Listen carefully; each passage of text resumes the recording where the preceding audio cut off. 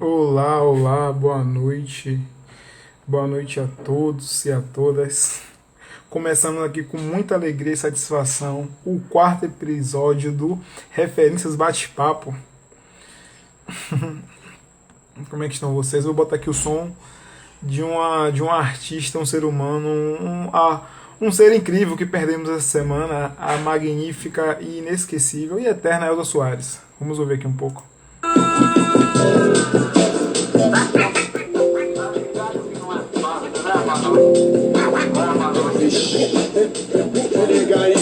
A carne mais barata no mercado é a carne negra. A carne mais barata no mercado é a carne negra. Carne mais barata no mercado é a carne negra. Como é que estão vocês, todos e todas? A carne mais barata no mercado é a carne negra. Que vai de graça pro presídio e para de Como é que estão vocês, todos vocês? Como é que estão a semana de vocês? Como é que está a semana de vocês? subemprego dos hospitais psiquiátricos. Carne mais barata do mercado é a carne. Estão me ouvindo bem? Carne mais barata do mercado é a carne. Olá, Elson. Olá, Christian. Carne mais barata do mercado é a carne. Carne mais barata do mercado é a carne. Que fez e faz história segurando Olá, esse Bruna. país no braço, meu irmão. O cavaquinho Ao som de Elza Soares aqui, iniciando mais uma Referências Bate-Papo. já está engatilhado. E o Vingador é lei. Ao som da eterna, da maravilhosa e incrível Elza Soares. Tensionado. E esse país vai deixando todo mundo preto. E o cabelo esticado. E, como sempre, né? Sempre como de início aqui, né? Nas nossas lives. Sempre no início das nossas lives eu faço indicação de livros, né? Quero hoje fazer indicar dois livros maravilhosos, né? O primeiro livro que eu vou indicar é o Jaca no King Kong, do James McBride, da editora Astral Cultural. Astral Cultural, que é uma nova parceira aqui do Referências Bate-Papo. Estão vendo? E o Jaca no King Kong é uma história que ela é muito interessante, muito legal, muito divertida, tem muitas lições. E foi um dos livros mais vendidos de 2020, segundo a New York Times, e um dos escolhidos favoritos do ano pela Oprah e pelo Barack Obama. Marcos, abraço pra você, meu amigo, um abraço pra você. Marcos Léo é advogado, um grande advogado, criminalista. Um beijão pra você também, meu irmão Everton. Então é isso. A primeira indicação de livro aqui, antes de começarmos esse bate-papo, é o Jaca no King Kong, do James McBride. Ele tem um dos melhores livros de 2020, segundo a Oprah Winfrey, o Barack Obama e o The New York Times. Um livro muito incrível, dando sempre destaque para autores negros. Autores negros. A Astral Cultural sempre dá visibilidade para autores negros, né? E é muito importante. O James McBride é uma dessas grandes revelações que no mundo da literatura, sabe, dos livros. E o segundo livro que eu quero indicar aqui é o Avesso da Pele, um livro brasileiro, de um escritor brasileiro, do Jefferson Tenório. O Avesso da Pele, da Companhia das Letras. O Jefferson Tenório, esse livro ganhou agora o prêmio Jabuti, um dos grandes prêmios literários. E ele fala de um garoto brasileiro da periferia do Brasil. Tem uma história muito forte e tá ganhando muito, muito destaque atualmente. Se faz necessário, então indico aqui, ó, os dois livros, o Jaca no King Kong, da Astral Cultural, e o Avesso da Pele, do Jefferson Tenório. Sempre aqui indicando livros, né, pra vocês. Vamos continuar aqui ouvindo o som da Elza Soares, enquanto esperamos aqui o convidado de hoje, o Márcio Chagas.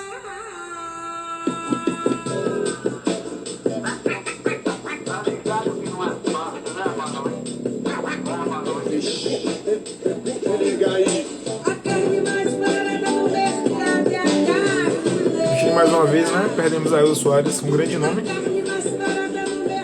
da nossa música, da nossa cultura, do nosso Brasil, né? Grande perda.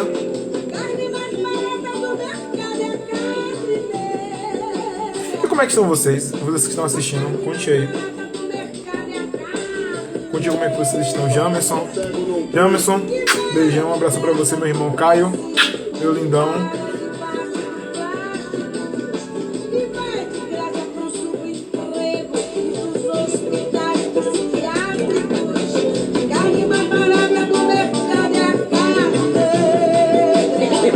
Por ali. A carne mais barata do mercado é a carne. A carne mais barata do mercado é a carne. Salve, meu irmão. A carne mais barata do mercado é a carne. Que fez e faz história segurando esse país no braço, meu irmão. O cabo aqui não se Gente, ó quem já está na área, já o Marcinho Chagas.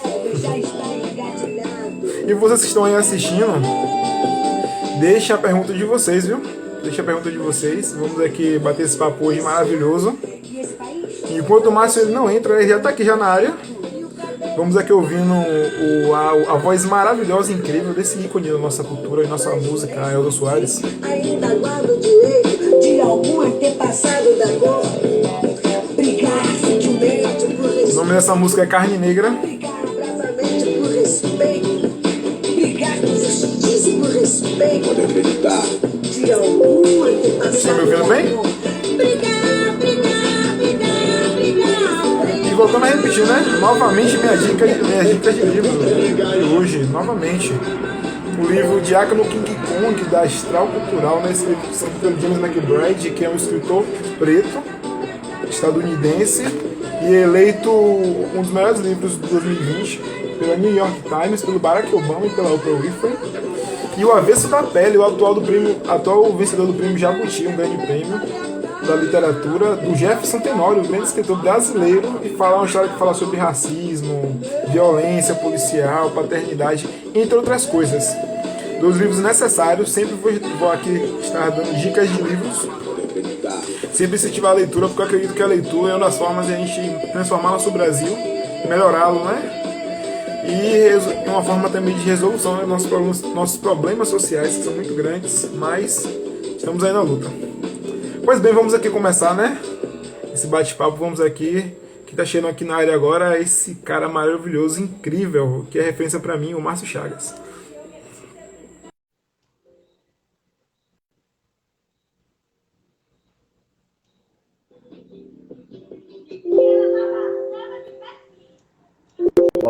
Boa noite, tudo bom? Olá, meu querido. Derretendo aqui, tá muito quente. Tá quente? Tá quente aí no sul? Mais quente Muito, na muito, Bahia? muito. Mais quente do que na Bahia, por incrível que pareça, por aqui. Hoje tava 40 graus, só que não tem a brisa do mar, né? Então a sensação térmica é muito maior. Mas vamos lá, tem que suportar, né? Se os nossos antepassados, os nossos ancestrais suportaram tantas coisas, por que a gente não vai suportar um calor? Exatamente, né? Eles suportaram tantas coisas e hoje a gente está aqui, né, para honrar a luta e a batalha deles, né? A força deles, né? Que é o que nos movimenta e nos inspira diariamente, né? A gente sabe o quanto as dificuldades que a gente encara aí no dia a dia, e por mais que nós sejamos, de certa forma, privilegiados em algumas situações, a gente sabe que, como Franz Fanon, né, cita no livro dele, Peles Negras, Máscaras Brancas, em todos os espaços que nós frequentamos, primeiro entra a nossa cor, né, para depois entrar o sujeito pertencente a algum ambiente. Então, é isso que as pessoas muitas vezes não conseguem entender quando a gente debate e toca nesse assunto sistematicamente, né, do quanto essas microviolências elas vão modificando a nossa formação como cidadão, né, e muitas vezes abala a questão emocional, psíquica. Então, é de suma importância essa música que tu colocou agora há pouco, né, da Elza Soares, que faleceu semana passada, né, ela marca muito aí o que é o nosso país com relação à nossa população. Infelizmente, é um assunto que é negado, é mascarado, é negligenciado, mas a gente está aí. Eu sempre falo o seguinte, um país onde se tem 56% da população autodeclarada negra e a gente não consegue ver os nossos nos espaços de decisões, essa conta não fecha. Sim, sim. Você já começa já de forma cirúrgica o nosso bate-papo e eu fico muito feliz em ouvir isso. Você já traz referência já, né?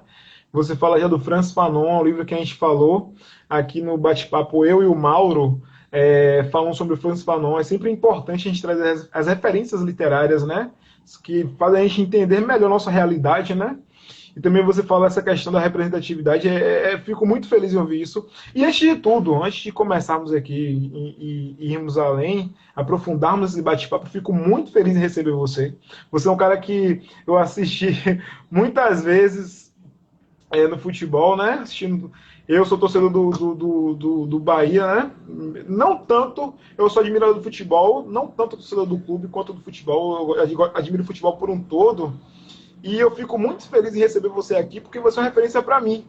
Eu me lembro que desde criança eu pensava assim, poxa, velho, tem que ser muito corajoso você ser árbitro de futebol num país que, querendo ou não, a gente sabe que o ambiente do futebol, eu frequentei muitos estádios quando eu era criança, é um ambiente que ele é muito pesado, ele é muito tóxico para quem está dentro de campo, e principalmente para o árbitro. E era muito comum quando eu era criança, era normalizado as pessoas fazerem xingamentos racistas, então você não vê, é difícil você ver árbitros negros, pretos, e quando você via era muito comum as pessoas xingarem como se dentro do estádio vale tudo. Então eu escutava muito a galera falando assim, esse árbitro negro preto, esse filho isso aquilo, tudo isso. Então, tipo, eu via muitas ofensas para jogadores e principalmente para a arbitragem. Então, para mim, dos convidados aqui que eu trouxe até hoje aqui, você para mim é uma das referências de postura. Por que eu digo postura? Porque o ambiente do futebol, volto a repetir, ele é muito tóxico e muita gente ainda tem essa cultura que no futebol vale tudo, que dentro do estádio vale tudo, e acompanhando a sua carreira e vendo como se configura o futebol no Brasil e a história do Brasil, né? Porque a história do Brasil e a história do futebol eles se fundem, né?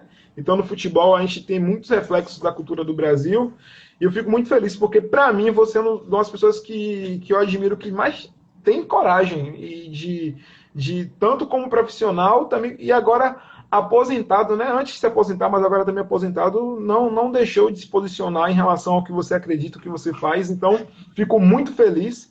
Às vezes, estava falando isso com o Mauro na nossa última conversa, às vezes eu fico com medo de... É muito comum que, muitas vezes, quando a gente vai se posicionar, a gente tenha medo, né? Mas a gente olha para nossas referências. Eu olho para o Márcio Chagas da vida, eu olho para o Elvis Soares da vida, e vem a coragem de me posicionar porque eu sei a importância de nos posicionarmos. Então, fico muito feliz pela sua presença aqui hoje. Pô, eu que agradeço o convite, né, poder dividir. Na realidade, as nossas histórias, elas quase que são parecidas, só mudam os personagens e muitas vezes alguns ingredientes, né, um pouco a mais, um pouco a menos, mas quem não foi contemplado será contemplado algum dia. Essa é a grande realidade. E dentro do ambiente do futebol é exatamente dessa maneira como tu citaste, né? Até hoje em dia, com o nome dito como arenas, né, se coloca sempre o futebol de uma maneira bélica, né? As narrações são com termos bélicos, tudo é numa maneira assim para entoar uma guerra, né? E os jogadores que, em sua grande maioria, né, são negros dentro do campo de jogo, né, são sempre comandados, mas a gente não vê comandantes. E os poucos comandantes que exercem essa função, tanto como treinadores como árbitros, eles têm uma cobrança demasiada, assim, no mínimo 10 vezes mais do que qualquer outra pessoa não negra. Então se torna um ambiente extremamente hostil, pesado. Eu me lembro quando eu ia apitar jogos profissionais, e aí eu não gosto de falar em terceira pessoa porque eu não me sinto um personagem, mas eu gosto de dizer assim, eu não entrava só o Márcio dentro do campo de jogo, eu carregava todos os meus juntos, porque o erro que eu pudesse acontecer, e poderia acontecer naturalmente durante uma partida, não seria o Márcio, mas sim todo esse coletivo que é visto através do Márcio. Porque entraria aquele velho ditado, ó, viu, tinha que ser, bom, não fez na entrada, fez na saída. Aquilo que a gente está acostumado a ouvir desde criança, né? Sim. Que são as microviolências que a gente vem tratando ao longo desses últimos anos, né? De uma maneira muito mais pedagógica, educativa, porque já que a forma punitiva não acontece, eu não acredito mais na justiça brasileira para absolutamente nada, né? Então, por não acreditar na justiça, eu tenho que fazer um trabalho pedagógico, educativo, tentando buscar na base, né, na base, lá com crianças, porque, como já dizia, né, o velho Bob Marley, né, as crianças não nascem racistas, elas são ensinadas dentro das suas próprias casas. Então, antes que esse ensinamento se reproduza mais adiante, a gente tem que buscar alternativas de tratar esse assunto com as crianças, educá-los, né? Mesmo sabendo que muitas vezes essa manifestação vai partir de quem tem um poder aquisitivo maior e tem as possibilidades de buscar esse ensinamento, de buscar esse conhecimento, mas é preguiçoso e não busca. Espera receber ou espera que chegue novembro e aí contacte um Márcio, contacte um Mauro, contacte algum preto que possa gratuitamente dispor do seu tempo, né, para ir lá ensinar para eles que são preguiçosos, mas durante o ano inteiro eles não colocam na programação da escola que vá ter algum trabalho educativo, pedagógico, para fazer com que essa matéria, esse conhecimento seja uma prática frequente da escola.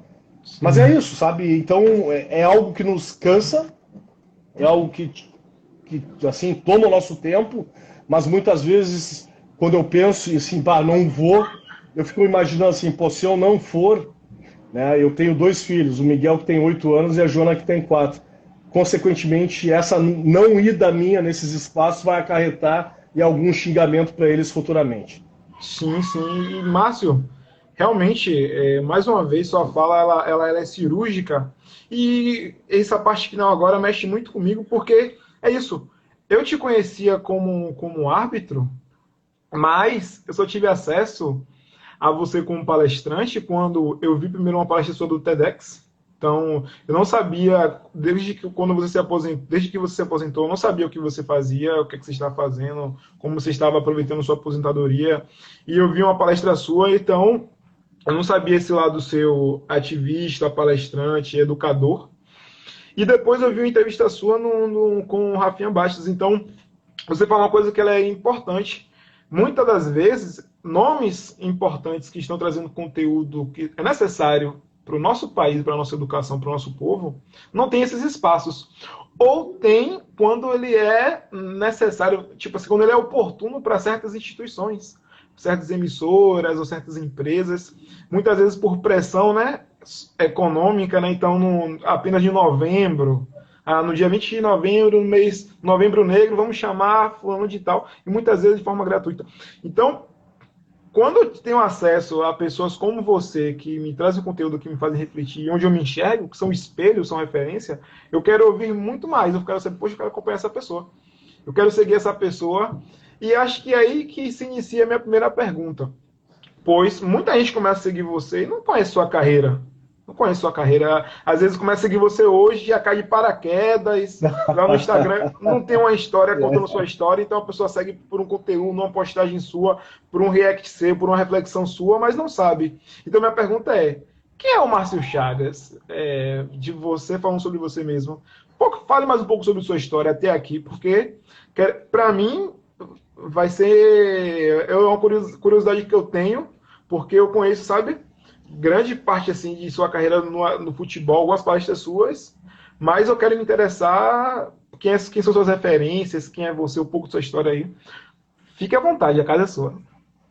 Bom, eu sou professor de educação física, tenho 45 anos, né, e meu pai falecido era um engenheiro civil, minha mãe professora de português, então dentro da minha casa esse assunto, essa temática, ela sempre foi muito, muito viva, né? Nunca se teve romantização com relação às questões raciais. Peguei um período de transição no país, né? Eu peguei o período da ditadura e a transição para a democracia, em 85, das diretas já, por mais que eu fosse criança, com 8, 9 anos, mas eu vivenciei isso e me lembro disso.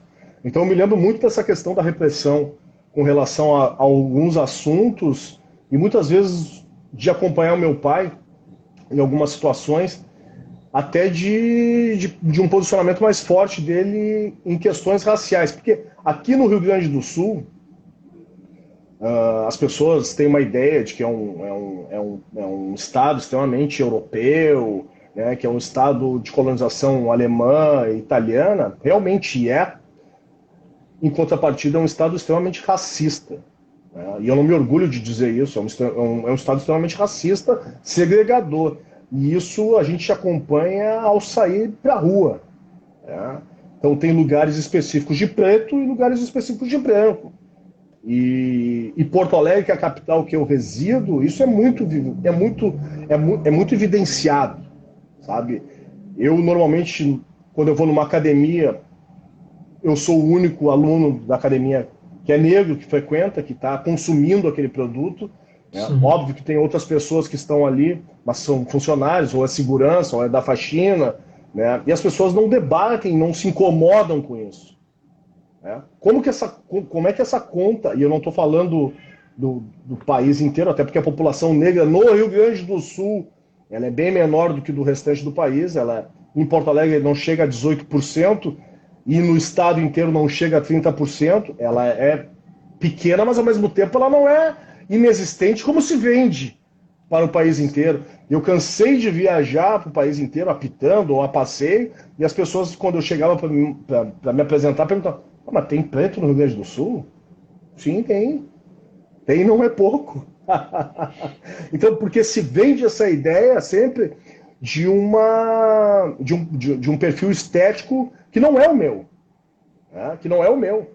Né? Eu me encaixaria já para o Sudeste e para o Nordeste, mas não para a região Sul. E esse encaixe, né, por não estar pertencente a esse ambiente eurocentrado, faz com que o racismo seja algo assim natural, normalizado e normatizado aqui dentro. Tá? Então, isso foi um processo que os meus pais, desde criança, ensinaram tanto para mim como para os meus irmãos. Né? Então, não houve nunca romantização. Né? Houve sempre uma cobrança muito forte dos meus pais, principalmente pela questão de estudo. Né? Vocês vão um dia reconhecer, mas não basta vocês somente serem bons, vocês têm que ser excelentes, e mesmo assim vocês vão ser colocados em xeque constantemente. E isso se deparou em várias situações da minha vida.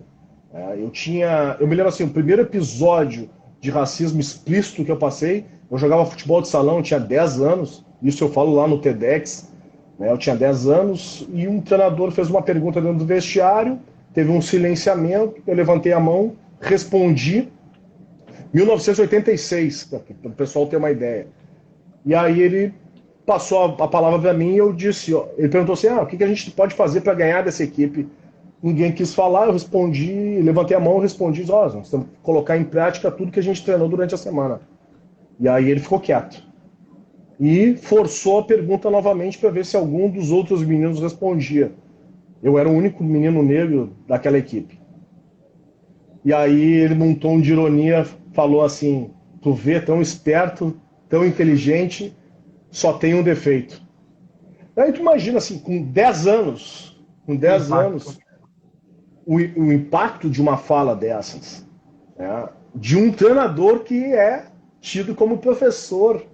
Né? Então a pedagogia, né? e esse racismo recreativo, que inclusive está no livro do Adilson Moreira, se eu não me engano, Adilson Moreira, né? que sai naquela série da Djamila, o Adilson Moreira, o Silvio Almeida, né? O próprio que fala do racismo religioso, professor Sidney Oliveira, se eu não me engano, que são uma série de escritas né, no selo da Djamila, ali a gente começa a compreender várias coisas e se identifica com vários episódios que aconteceram ao longo da vida.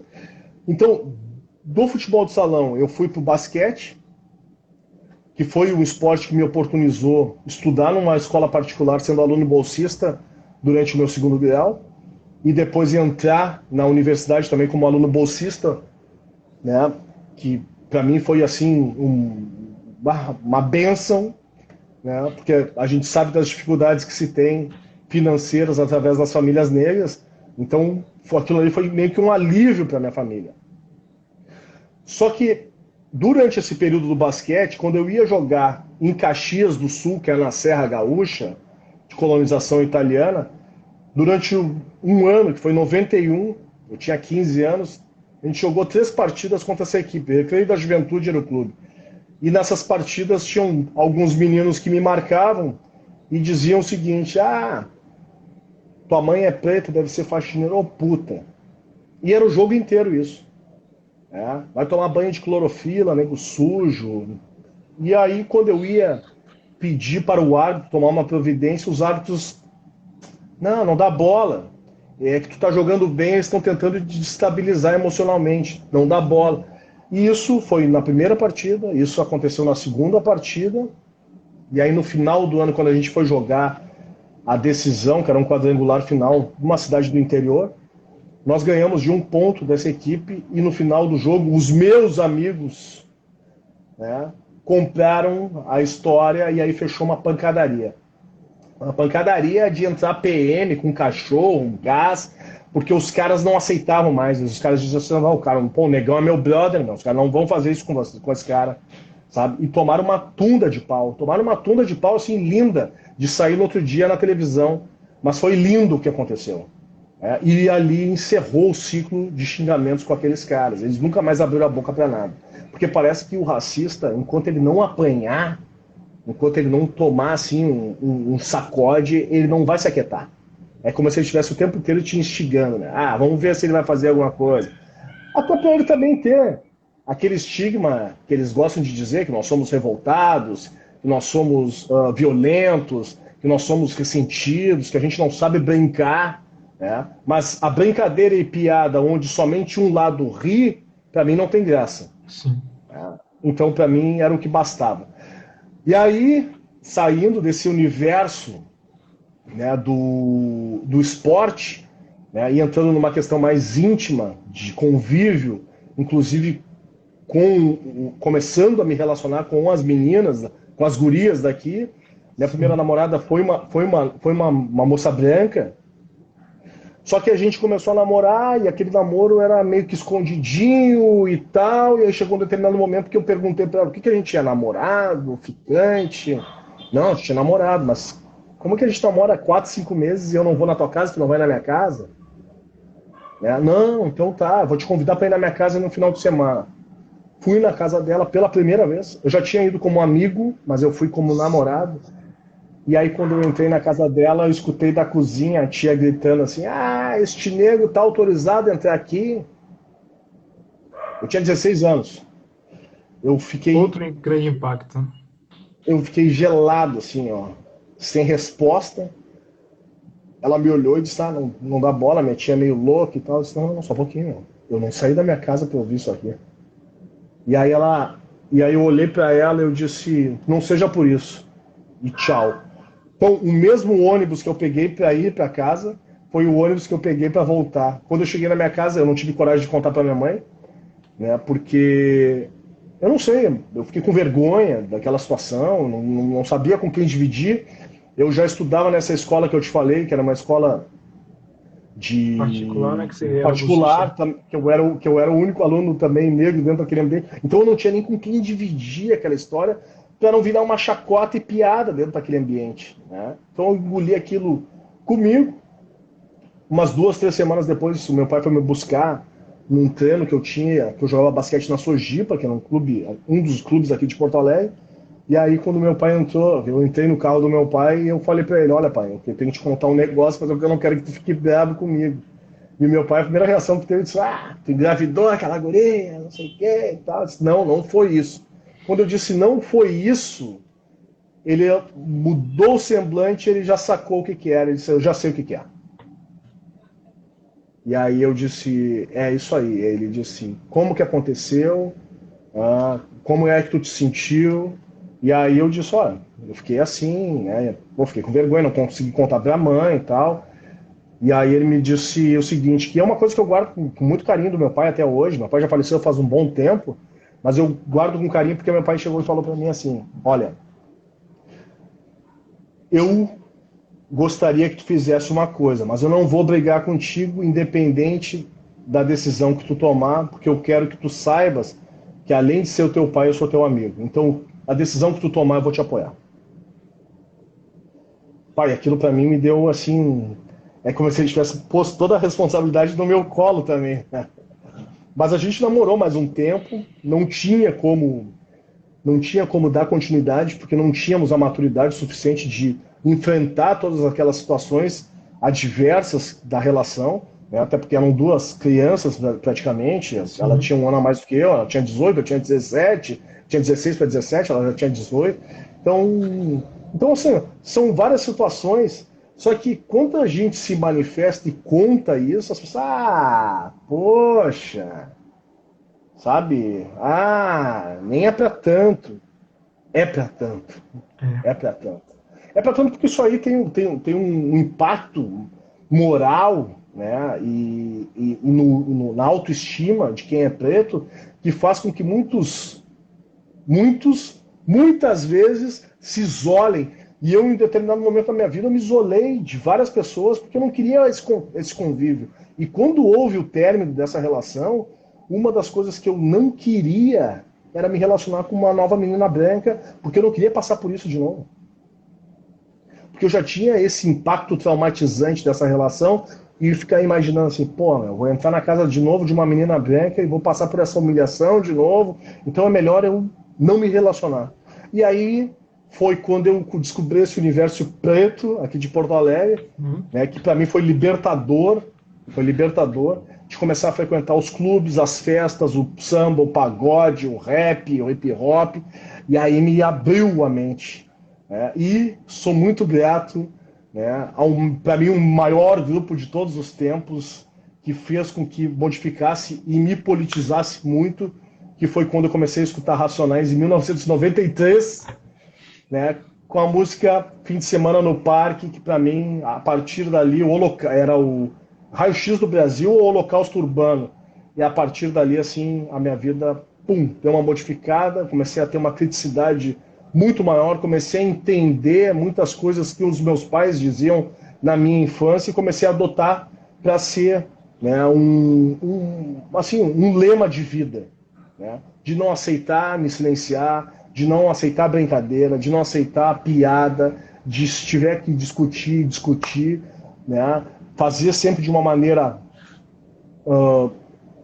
assim, que não partisse para violência, mas também se tivesse que ir para violência, comprar a briga e não ficar com medo. Então, o ativismo, para quem é preto, ele se desenha e se constrói desde a infância, quando a gente escuta dos nossos pais. Sai bem vestido, não corre na rua, e se tu for abordado, não fala nada. Sim, senhor, não, senhor. E leva sempre os documentos. Então, quem é preto tem que se politizar desde a sua infância. A gente pula uma etapa. Não que a gente queira, mas por uma questão de sobrevivência. Porque a gente sabe que a nossa chance de tomar um tiro na cabeça e de apanhar na rua e ser humilhado é muito maior do que qualquer criança branca. E eu digo isso com experiência o suficiente, porque muitas vezes quando eu saía desse colégio particular que eu estudava, e os meus colegas eram maconheiros desde a época da infância, né? Então, com 14, 15 anos, os caras já andavam com baseado, andavam com outras coisas, e eu não podia me dar o direito de ter isso na minha bolsa, porque o meu pai já me dizia assim, se eles te pegarem, eles vão levar tu para a delegacia. Eles não vão levar os filhos dos outros. Então é o seguinte, tu não me faz passar vergonha, porque se tu cair na delegacia, eu não vou atrás de filho em delegacia. Então, tipo, cara, é uma pressão tremenda, ainda mais numa região no sul, né? Eu brinco, mas ao mesmo tempo falo com um tom de seriedade. Eu moro no Mississippi, é um Mississippi, né? Inclusive, o ano passado teve uma manifestação aqui no Parcão, que é um parque Moinhos de Vento tradicional, onde há as manifestações da extrema-direita. Os caras, no ano passado, se fantasiaram de Ku Klux Klan e não aconteceu de Ku Klux Klan, e não aconteceu absolutamente nada, nem pela imprensa local foi noticiado. Né? Então, é uma sobrevivência diária esse tipo de situação. Né? E não tem como não se politizar. E aí, nesse processo todo, por gostar do futebol, no período da universidade, eu fiz o curso de arbitragem de futebol em 1999, eu estava na metade do curso de educação física. Comecei a apitar profissionalmente em 2004, 5 anos após o curso.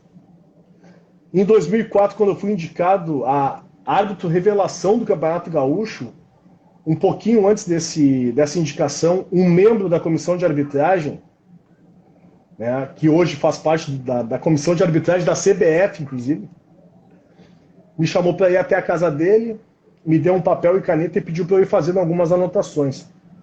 Em determinado momento desse bate-papo e das anotações, ele recolheu o papel da mesa, olhou e fez a seguinte constatação: pô, essa letra é tua, nós estávamos em dúvida se era tu que preenchia a tua súmula. A gente achou que alguém te ajudava, ou a tua esposa, ou a tua mãe, porque é uma letra muito bem desenhada e um português muito bom. Ele não precisou dizer que ele estava em dúvida pela minha questão, né, de, pô, um preto que consegue redigir uma súmula com um português correto. Ele gostaria que eu tivesse um português ruim, né, para ele poder fazer algum tipo de correção, mas ele foi verificar, né, foi certificar se realmente eu tinha condições intelectuais de poder redigir uma súmula. Então, o ser racista não é chamar um preto de macaco, não é só chamar um preto de negro sujo, de volta para a África, volta para a selva, escória, lixo. Um olhar e uma desconfiança representa muito mais do que isso tudo, né? E aí os episódios começaram a acontecer em sequência para ver realmente se eu tinha condições de suportar tudo aquilo ali, né? Então, aconteceu com a comissão de arbitragem em 2004, depois em 2005 em Caxias do Sul novamente, depois em 2006 em Porto Alegre, e de 2006 a 2014, quando eu ia apitar na Serra Gaúcha, Caxias, Bento, Garibaldi, Farroupilha, eu já não aquecia mais no gramado para evitar os xingamentos racistas, ficava no vestiário sozinho, enquanto os meus colegas brancos podiam aquecer no gramado tranquilamente, para eu manter a minha sanidade mental e não responder esses caras. Só que no dia 5 de março de 2014, por mais que eu fizesse todo esse processo, não foi o suficiente, porque eu fui ofendido em 4 momentos: antes de começar o jogo, no final do primeiro tempo, antes de começar o segundo tempo e no final da partida. E em todos os momentos, meu irmão, eu estava acompanhado da PM, da Polícia Militar, que não fez nada. Então os caras compactuaram com tudo aquilo como se nada tivesse acontecendo. E culminou que quando eu fui pegar meu carro, encontrei meu carro com as portas amassadas a pontapés, cascas de banana sobre o capô, e aí fui dar a partida do veículo, caíram duas bananas do cano de escapamento. Então, tu trouxe um elemento lá no início do papo, quando eu estava escutando sobre a questão do futebol, para mim, hoje, né, militante, podendo me manifestar, porque eu não estou mais dentro do sistema, o futebol nada mais é do que uma representação contemporânea da escravatura. Por quê? É a única profissão no mundo que se fala em compra e venda de pessoas, e a compra e venda de pessoas são os corpos negros que estão à disposição dos senhores escravagistas, que são os empresários que negociam e depois, posteriormente, recebem, né, todo esse investimento que eles colocam em cima desses corpos. Então, assim, de início de papo, eu passo essa abertura e depois fico aberto às perguntas aí, mas para mim, hoje, eu tenho essa visão do futebol. Sou muito grato ao futebol, né? Sou um apaixonado pelo futebol, assisto futebol hoje, mas de uma maneira extremamente politizada. Não caio mais nessa questão de paixão, né, de xingamento, porque enquanto não houver uma modificação nessa estrutura, né, para mim o futebol vai continuar sendo, como eles, por mais que eles digam na televisão, não é só futebol, realmente não é só futebol. Tem muito dinheiro também. Sim, sim. Márcio, só por esse, você contando assim um recorte, né, um resumo, né, porque querendo ou não, você tem muitas vivências aqui, a gente poderia ficar noite adentro falando sobre vivências referentes a tudo isso, mas só essa introdução que você faz aqui sobre sua história, ela é muito necessária porque nos ajuda primeiro. Como disse inicialmente, muita gente cai no seu Instagram porque vê um conteúdo, uma referência, uma fala e quer saber mais um pouco sobre sua história. E quando a gente tem acesso sobre a história de alguém que é referência para a gente começa a compreender melhor qual é a vivência, a história, os impactos, o que motivou, tudo isso. E, Márcio, que história pesada. Volto a repetir mais uma vez e agora com mais veemência. Você, para mim, é uma referência em postura e coragem. E ao ouvir o que você disse, eu não teria passado pelas coisas que você passou, no sentido de encarar, porque você encarou. Eu acho que eu teria, sei lá, algum momento ter desistido ou ter jogado para cima, sabe? Mas, nesse sentido, eu percebo que quando você conta sua história, tem uma influência muito grande do apoio dos seus pais, no apoio no sentido de estar ali como referência e ensinamento, tudo isso. E eu percebo que isso é muito importante, porque eu não tive essas conversas na minha casa, sabe? Muito pelo contrário, aqui em Salvador, agora tem crescido muito mais agora o debate racial, mas a gente ainda vivia, até na minha infância, essa ideia, tem muita gente que vive isso ainda, dessa democracia racial, onde a gente não discute racismo, porque a gente acha que não existe. E te digo uma outra, te interrompendo. Pode falar à vontade, eu passei 2 carnavais em Salvador, em 99 e em 2000.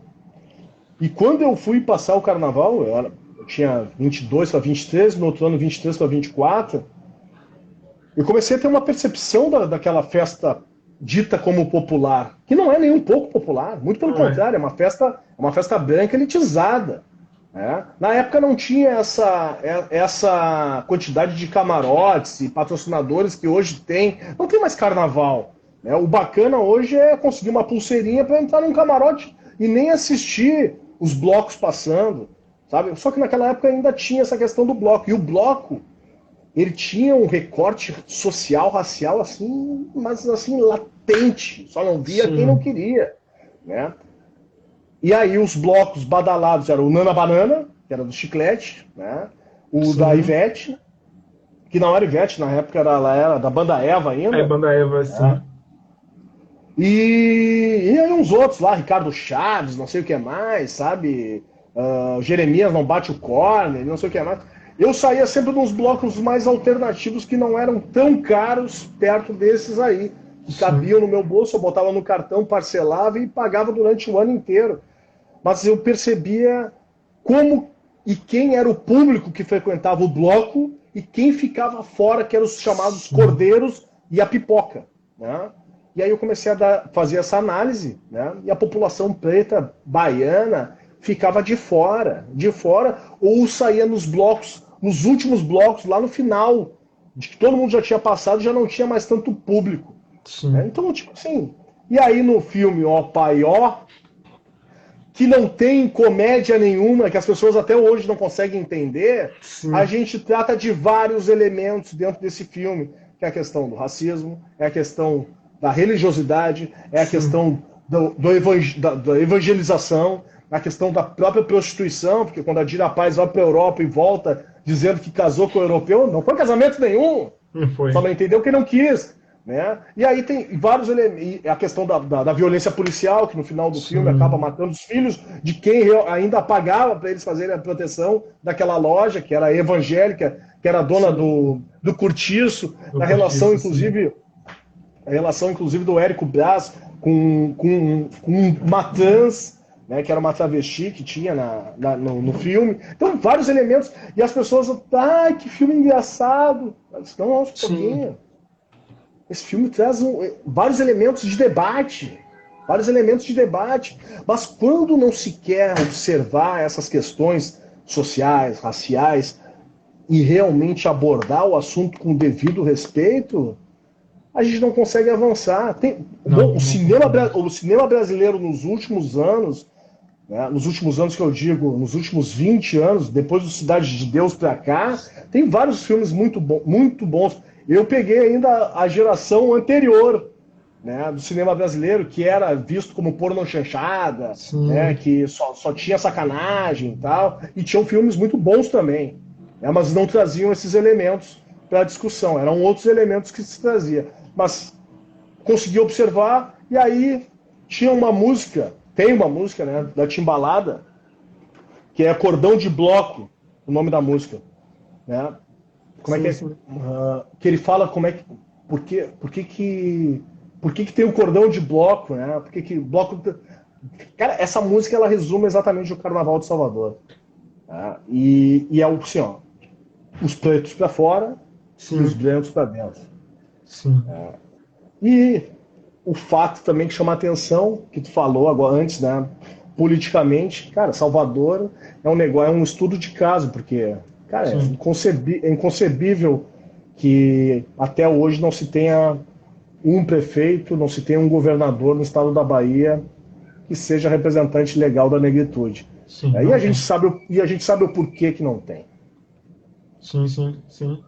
E, Márcio, novamente eu volto a repetir, sua fala é cirúrgica, e é muito interessante o que você disse, porque quando você faz essa análise cirúrgica, tanto do Carnaval de Salvador, quanto também sobre o filme Ao Paió e outras grandes obras aqui de Salvador, a música, e também o cenário político, não só o cenário político, né? Porque, por exemplo, mesmo, a gente tem grandes nomes aqui da música baiana, mas quando a gente vai observar, não são os nomes mais famosos, os nomes mais prestigiosos. Margareth Menezes é um exemplo vivo. Né?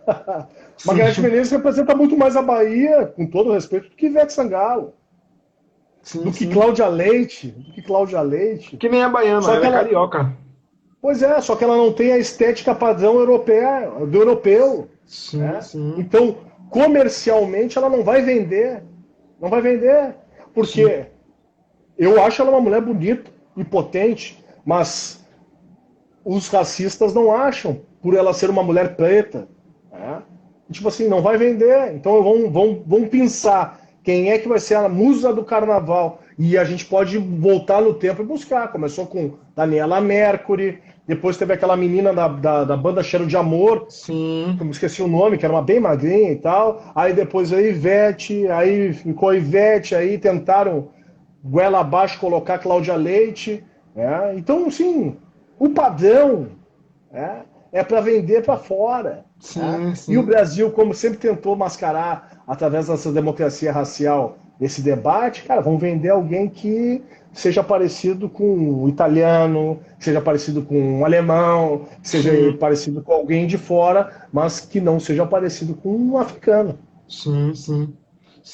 E ainda digo mais, sua fala realmente ela é precisa, e digo mais ainda, quando pessoas negras apareciam nos comerciais, era sempre focado no turismo sexual, porque querendo ou não, em Salvador tem, infelizmente as pessoas não têm.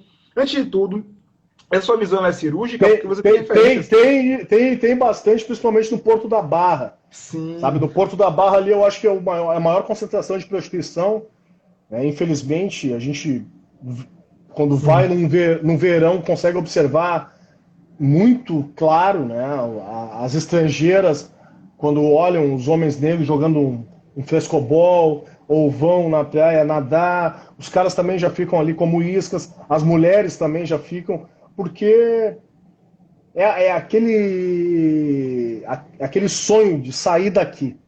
Né? E a única maneira de eu sair daqui é se eu arranjar daqui a pouco um casamento, né? e fim de papo. E eu vou para a Europa tentar a vida de uma outra forma, porque no meu país eu não consigo emprego, não consigo nada, então eu vou colocar o corpo como um elemento para eu poder fazer essa mudança na minha vida. É muito triste ver isso aí.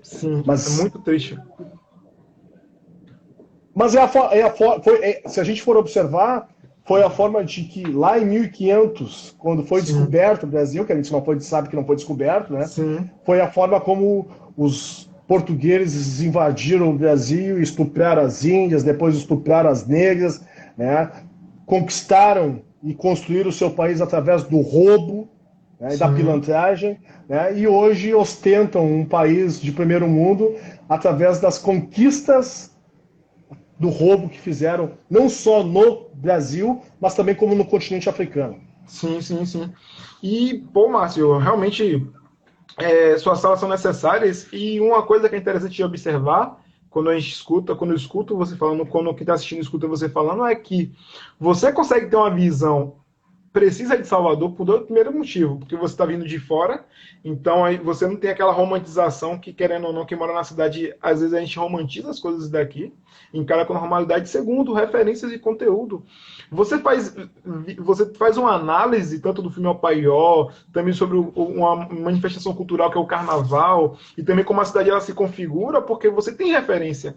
E querendo ou não, como você fala, né? Inicialmente, como você falou inicialmente, Salvador é um grande estudo de caso. Mas para fazer um estudo de caso, uma análise e ter uma percepção precisa, é necessário ter referências, ter leitura. Então, quando você fala que, por exemplo, você teve pai e mãe que te incentivaram a estudar, você tem acesso a uma educação de qualidade, mesmo que seja numa escola racista, querendo ou não, é muito pesado psicologicamente para uma criança negra ser a única criança numa escola, mas querendo ou não, uma das formas também que a criança negra que estuda na escola pública, que mesmo tendo grande maioria de estudantes negros, aqui em Salvador eu vivencio isso, querendo ou não, é a educação de péssima qualidade. Então, a gente não consegue adquirir conhecimento e essa visão crítica para fazer essa análise. Então, querendo ou não, é engraçado, né, vamos dizer assim, mas é interessante porque você tem uma visão mais precisa de Salvador. Você tem uma visão mais precisa de Salvador do que muitas vezes de quem mora aqui. Fala o que você tem a dizer. Porque a educação no Brasil é um projeto muito bem pensado para a perpetuação de poder da classe média alta e da burguesia. Sim. E eu vou te fazer essa pergunta, e para quem está nos acompanhando, por que meninos brancos, ricos, não jogam futebol? Sim. Rapaz, eu não sei dizer precisamente, mas... Não é por questão técnica, não é por questão porque não sabem jogar. Muito pelo contrário, os caras têm as melhores condições para se desenvolver. Tem um quarto, tem ar-condicionado, 5, 6 refeições por dia, colégio bom, né? Tudo do bom e do melhor. Por que não joga futebol?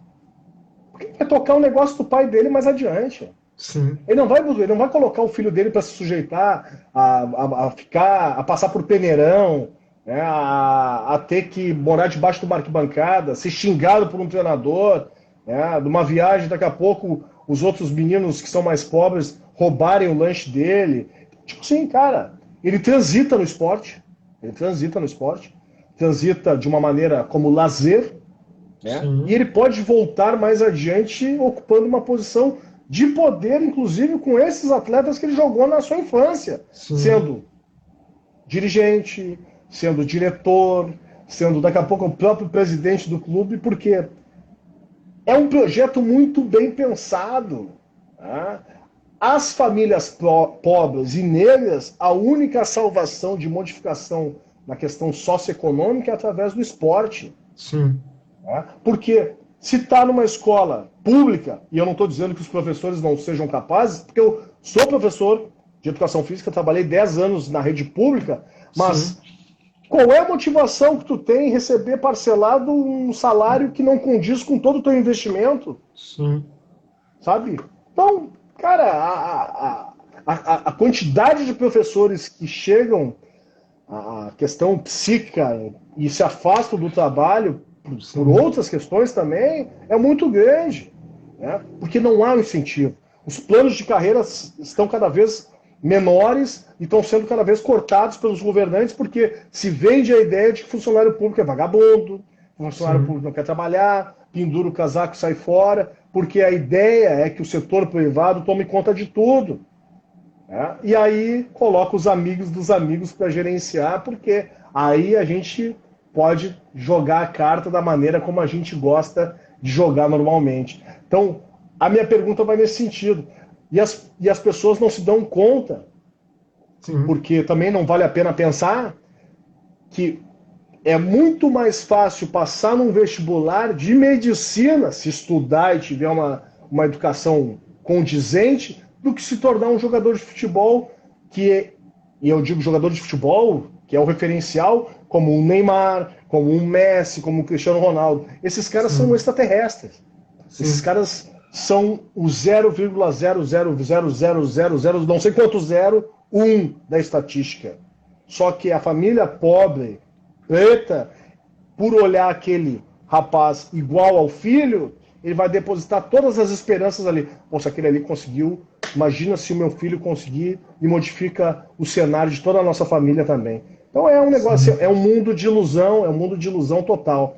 E os clubes também não têm aí eu não, pelo que eu já vi, porque eu não quero ser injusto, mas a grande maioria dos clubes também não tem um compromisso, né, de incentivar esses meninos a questão da escolarização. Porque desses tantos que passam durante 10, 15 anos, quem vai se tornar profissional desses meninos aí também vai ser o 0,0000001, sabe? Então, a formação profissional, ética e moral dentro dos clubes para a formação do cidadão deveria ser muito maior do que a questão somente da rentabilidade do corpo negro que eu vou colocar no avião negreiro para atravessar o oceano, chegar na Europa e eu despejar e espalhar esses corpos por tudo que é lugar para eu rentabilizar.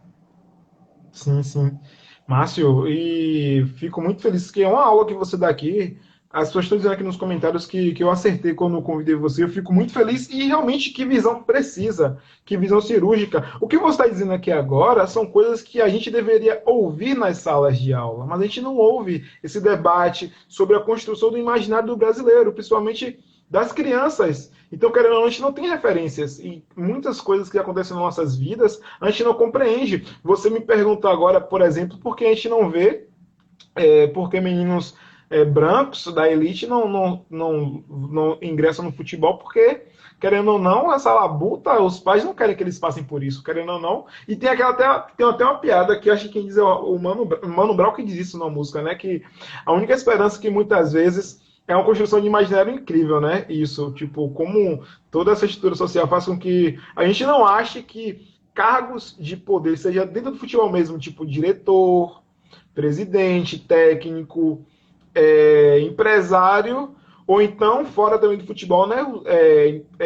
Presidente ou diretor de uma empresa, ou então num cargo de autoridade, a gente pensa que isso não é pra gente. E como você mesmo me disse quando o cara pede você fazer a súmula e ele acha que você não é capaz, a gente tende sempre a achar que no nosso imaginário inconsciente, eu mesmo aprendi isso, que talvez seria mais fácil para mim ou seguir no mundo artístico, não é? O músico, pagodeiro, ou jogador de futebol, ou crime. E, querendo ou não, quando a gente vê uma pessoa negra em posição de autoridade, seja como árbitro, ou seja como o próprio Silvio Almeida, que ele é advogado e hoje ele também é escritor, né? As pessoas tendem a questionar a autoridade e o nível intelectual, porque, querendo ou não, o nosso imaginário a gente é construído para ver essas pessoas apenas em posições de mão de obra braçal, porque o futebol ainda é um esporte físico. A gente constrói imaginário para achar que pessoas pretas não são capazes de ocupar posições onde é exigido intelectualmente. Então, é muito preciso isso. Muito preciso isso. Gente, antes do Márcio aqui falar, é só um adendo. Ó. Vocês estão participando aqui. Muito obrigado por quem está participando. Quem quiser fazer uma pergunta, deixa aqui no ícone que tem uma interrogação. É porque, como tem muitos comentários aqui, e eu quiser ler uma pergunta aqui, fica mais fácil aqui acessar. Então, Márcio, continue aqui que está maravilhoso ouvir você. E outra coisa também, uma pergunta que eu faço para você aqui agora. Você tem a resposta na ponta da língua, mas também para o público questionar, né? No Brasil, a gente não vê jogadores negros quando conseguem chegar nesse lugar de destaque se relacionando com mulheres negras. Por que isso acontece? Porque ontem ainda estava debatendo com uma amiga sobre esse assunto, né? E aí eu não respondo por coletivo. Sim. Eu respondo sempre a partir da minha visão. Mas é que quando se constrói, desde a infância, de que ser preto é algo ruim, né? Então, quando esse sujeito ele chega numa situação de um poder econômico, ele vai partir do princípio seguinte, cara, eu vou mostrar que realmente eu cheguei no sucesso andando com uma mulher branca do meu lado, de preferência uma loira, porque vai ser o kit da aceitação da branquitude, né? E eu te digo isso pelo seguinte, há uns anos atrás, eu fui questionado, quando eu trabalhava ainda na RBS TV, que é uma afiliada da Rede Globo aqui no Rio Grande do Sul, por um colega, que chegou assim num tom de brincadeira, mas eu senti que não era brincadeira, e me falou o seguinte: ah, tu é o único negrão que é famoso, não estou dizendo que seja rico, que é casado com uma mulher preta. E aí eu falei para ele assim, pois é, porque eu sou o único que penso. Aí, o que tu quer dizer com isso? Eu disse, cara, eu não vou casar com uma pessoa que foi ensinada a me odiar para dividir patrimônio com ela depois. Então, eu prefiro ter casado com uma mulher preta. Né? E ali deu um silêncio. Eu não estou dizendo que as pessoas, né, daqui a pouco não vão se apaixonar e ter relações interraciais, mas essa busca incessante, né, de pertencimento para dizer que está, né, simplesmente para dizer e dar uma justificativa social, faz com que vários negros, inclusive, não se lembrem que eles saíram de um ventre de uma mulher negra. Né? E quando eles falam, né, um monte de asneira, né, inclusive desmerecendo as mulheres negras, eles não se lembram que eles saíram de um ventre de uma mulher negra. E eu falo isso porque eu tenho o maior respeito pela minha mãe e todas as mulheres negras, porque eu sei e adoto a frase da Angela Davis: quando uma mulher negra se movimenta, a sociedade inteira se movimenta, porque ela é a base da sociedade. Porque o filho dessa dondoca que vai para manicure, né, todo dia de manhã, vai para o cabeleireiro, poder se produzir para o maridinho, quando o maridinho chegar em casa, tá bonita, a preta sai de casa 4h30, 5 horas da manhã e deixa o filho dela sozinho em casa, né, à mercê da sorte ou do poder paralelo, que muitas vezes coopta esse filho para poder ser um aviãozinho e posteriormente ocupar algum espaço dentro do tráfico. Ela não se lembra que essa mulher preta largou a família dela para cuidar da família dela. Né? Então é isso que eu tenho o maior respeito com as mulheres negras, porque eu sei que na pirâmide social são as mulheres subjugadas, são as mulheres que ganham menos, são as mulheres que têm as menores oportunidades e são batalhadoras demais. E a sociedade realmente só se movimenta em virtude delas. Sim, sim. É preciso cirúrgico e é exatamente isso, Márcio. Fico muito feliz, né? Estar agora ouvindo você e isso é referência para mim, também é aula para muitas pessoas, né? Querendo ou não, enquanto a branquitude, ela, em todos os aspectos, ela aprende a se autovalorizar e ver a história do seu próprio ponto de vista, a gente não tem acesso a esse tipo de conteúdo. Então, lives assim, são em palestras assim que a gente tem a possibilidade de compreender certos aspectos, ter essa visão diferente, como você abordou o carnaval agora mesmo sobre o futebol, e também como acontecem as relações de poder e de construção dentro do futebol e fora do futebol, e a chance que a gente tem de fazer uma reflexão sobre isso. Antes aqui, eu quero também mandar um abraço aqui pro Mauro Baracho. Mauro, do Afroestima, está aqui assistindo. Mauro falou muito, muito bem de você, assim como eu. Ele é muito seu fã. Meu irmão, gosto muito dele, acompanho as postagens, eu também vejo ele como um cara preciso, né? Mineiro, gente boa demais. Cara, temos que marcar uma live, retomar novamente essas lives aí. Faz tempo que a gente não conversa. Então é um cara que eu também tenho a maior admiração. Tem vários caras bacanas aí que realmente estão pela causa e não por uma questão midiática de querer tantos mil seguidores e não sei quantos, não sei o que, quer aparecer. Não, porque são assuntos pertinentes. A semana passada teve aquela menina que está no Big Brother, a Natália, que falou uma das maiores asneiras que eu já ouvi na minha vida, né? Publicamente, assim, que no meu entendimento, inclusive, A direção do programa tinha que ter cortado o áudio dela e ter puxado para uma sala e vamos só um pouquinho.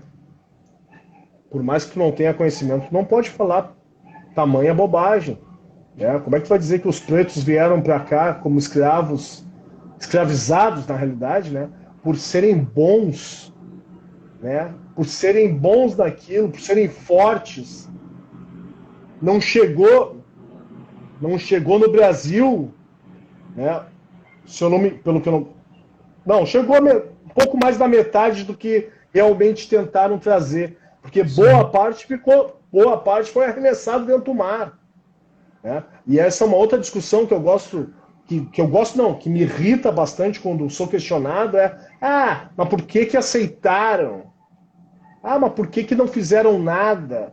Como não, cara? Teve um monte de cara que não aceitou, se jogou no mar, morreu. Teve um monte de gente que na frente da família foi estuprado, né? Foi castrado, que foi humilhado, que as esposas foram estupradas na frente dos próprios maridos e dos filhos, sabe? São situações que as pessoas gostam sempre de minimizar, tentando fazer com que vocês aceitaram, vocês quiseram isso, né? Não enxergam a barbárie para, inclusive, negar essa tentativa de reparação histórica que o Brasil deve muito. Hoje eu vi uma postagem que, para mim, ela tem um impacto, e olha que deveria até ser um projeto de lei. Os negros não deveriam pagar imposto no Brasil por terem contribuído e ter construído o país durante 388 anos de forma gratuita. Nós deveríamos ser isentos do imposto de renda. Sim, e isso que você fala é um exemplo paralelo que aborda isso que geralmente quem fala isso quando a gente estuda e aborda sobre a escravidão e o tráfico negreiro, a mesma galera que debocha, faz esse tipo de perguntas e demonstra tamanha ignorância, é a galera que fica muito tocada quando fala sobre os judeus. Porque os judeus pobrezinhos foram perseguidos, e pobrezinhos isso, então tipo, a dor do judeu, né? Quem fala isso é o Emicida, né? Que a dor do judeu toca e move as pessoas, assistem filmes e leem livros, mas quando a gente aborda esses temas, mimimi, isso e aquilo. E outra coisa, né? E a grosso modo, após o nazismo, o quanto a política internacional se movimentou para fazer uma reparação histórica para os judeus. Até fazer estado para eles, para a galera poder voltar, e terra, e tem até hoje esse conflito, porque querendo ou não, tirou gente do lugar onde estava morando, porque, não, vamos aqui alojar os judeus, os pobres judeus. Não que eu esteja aqui minimizando a dor dos judeus, muito pelo contrário, mas há uma seletividade em se tocar, se estudar e se interessar pela dor dos judeus, mas a própria história do Brasil, a galera desconhece e ignora totalmente uma parte. Esse é o pacto narcísico da branquitude. Por que se os judeus fossem pretos como nós somos, não teria essa comoção. Não teria essa comoção. E o período do Holocausto, se eu não me engano, não quero falar bobagem, se eu não me engano, não passou de 10 anos. Não passou de 10 anos. Foi uma barbárie? Foi. Agora, os negros africanos que foram escravizados e vieram para o Brasil, 388 anos. 388 anos, quase 4 séculos, apanhando, sendo mortos, humilhados, privados de educação, privados de terem acesso a uma profissão, simplesmente tomando no lombo o dia inteiro, sabe? E aí, a querida do Sérgio Camargo, a Princesa Isabel, lá em 1888, quando assinou a Lei Áurea, né, simplesmente foi como se virem, sabe? Tá, mas se virem, vou para onde? Eu não tenho terra, eu não sei ler, não sei escrever, eu passei a minha vida inteira aqui apanhando, né, sendo humilhado, vou fazer o que agora? Aí um ano depois cria a lei da vadiagem, para prender todos os pretos que estavam nas ruas, né, ou jogando capoeira, ou uma roda de samba. O que é o presídio atual? O presídio atual é uma senzala contemporânea. Sim. É a senzala contemporânea. a chibata contemporânea é o martelo do juiz que bate com tesão para prender preto por causa de um baseado. Sim.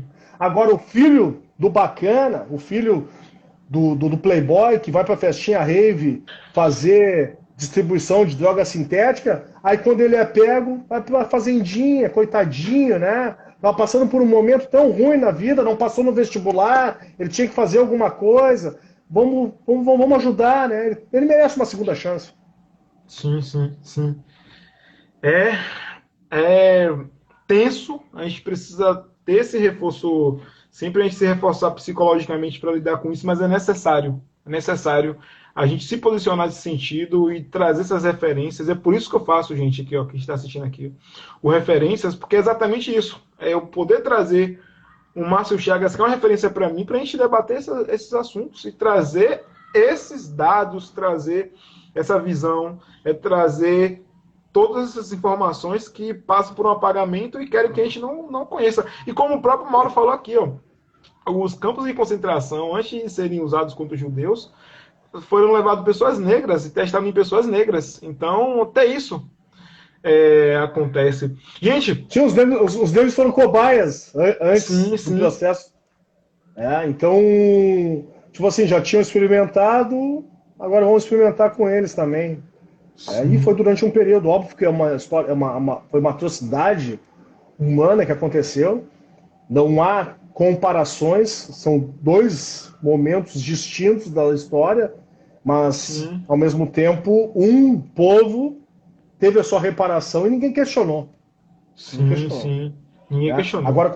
Agora, quando se busca as políticas, né, as políticas públicas de cotas para entrar nas universidades, aí vem aquele discursinho de que não, somos todos iguais, todo mundo teve a mesma chance. Não teve as mesmas chances. E a gente sabe que as chances até hoje não são dadas de maneira igual. Né? O que surpreende muitas vezes, Irving, é que como eu vim do meio do futebol, as pessoas acreditam que eu tenha sido um jogador de futebol.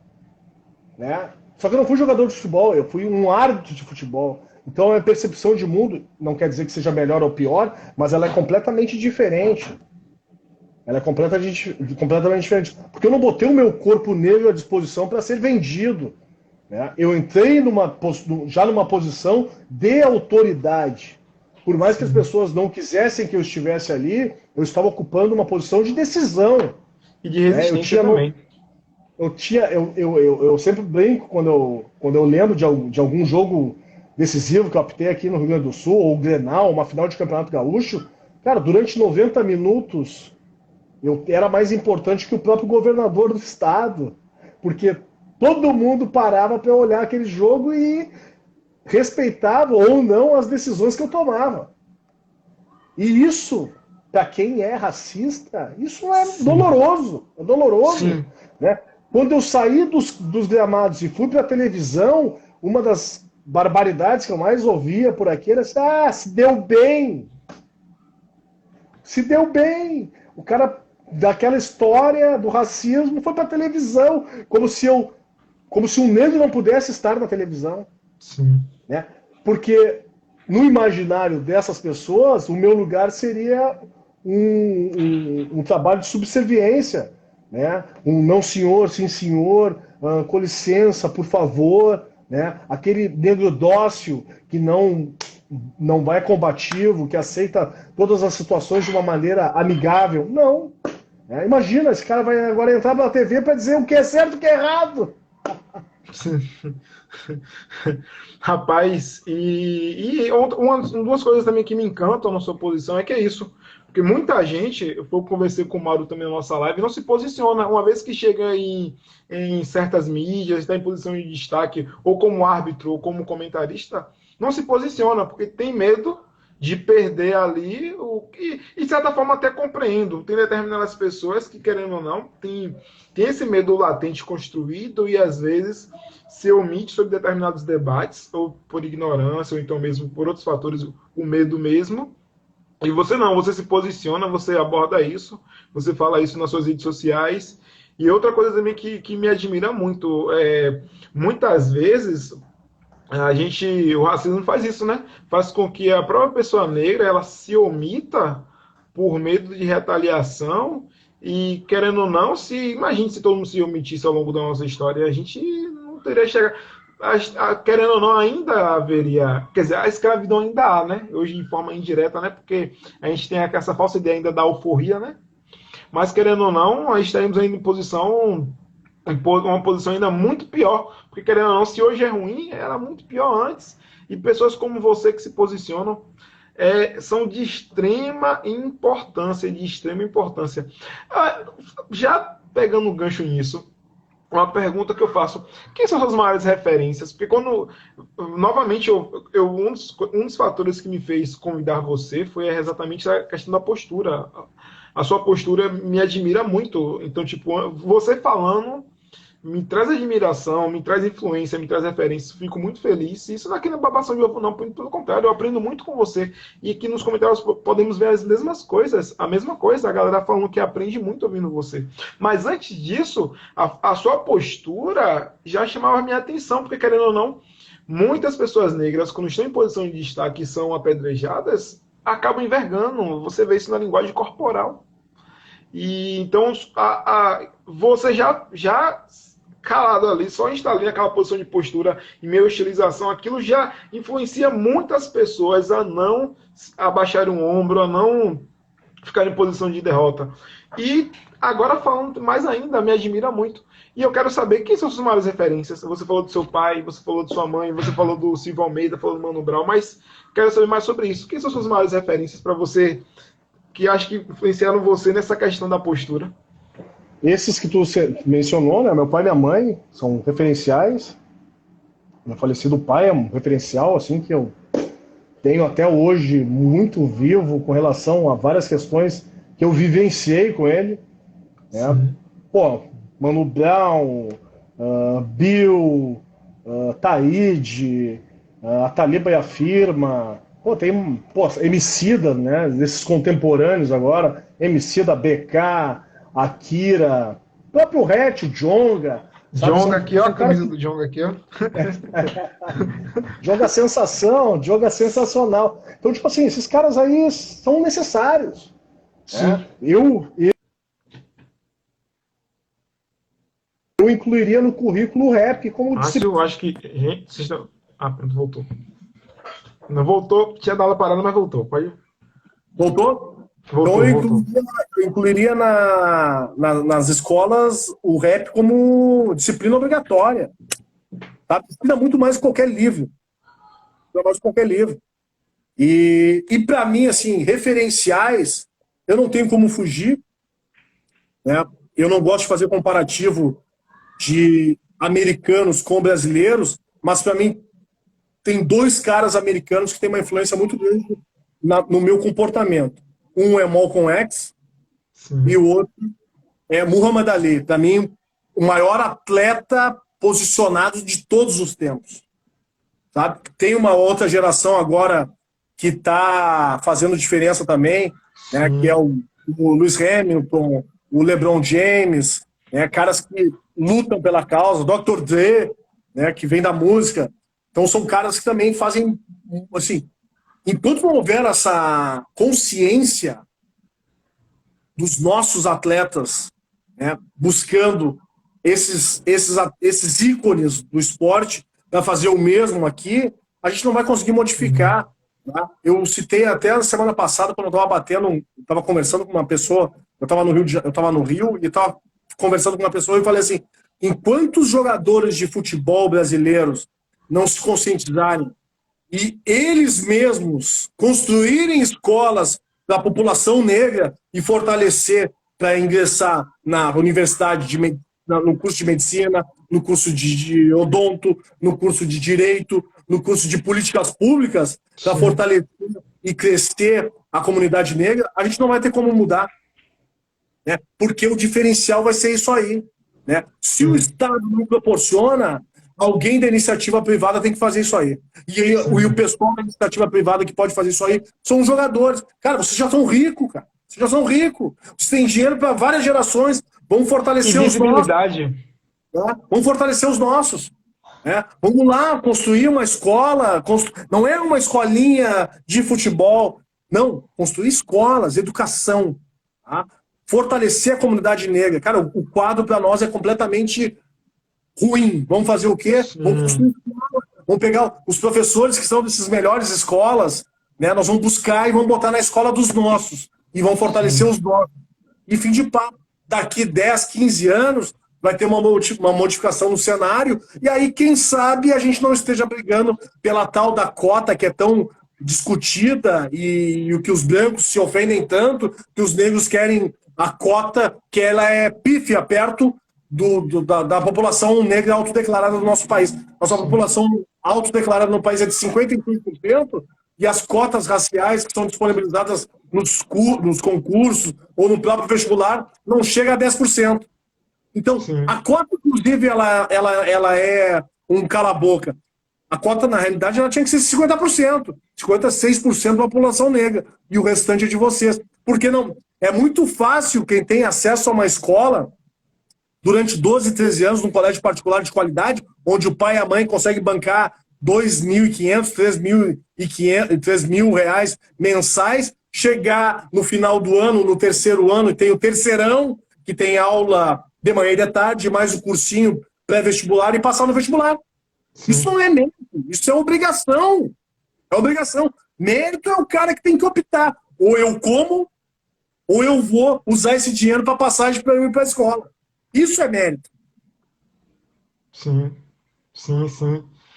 Rapaz, realmente, Márcio, e você traz uma visão que é necessária e realmente precisa. A Maria fala aqui, ó. Primeiro tem que dizer para esses jogadores que eles são pretos, eles enriquecem e pensam que embranqueceram.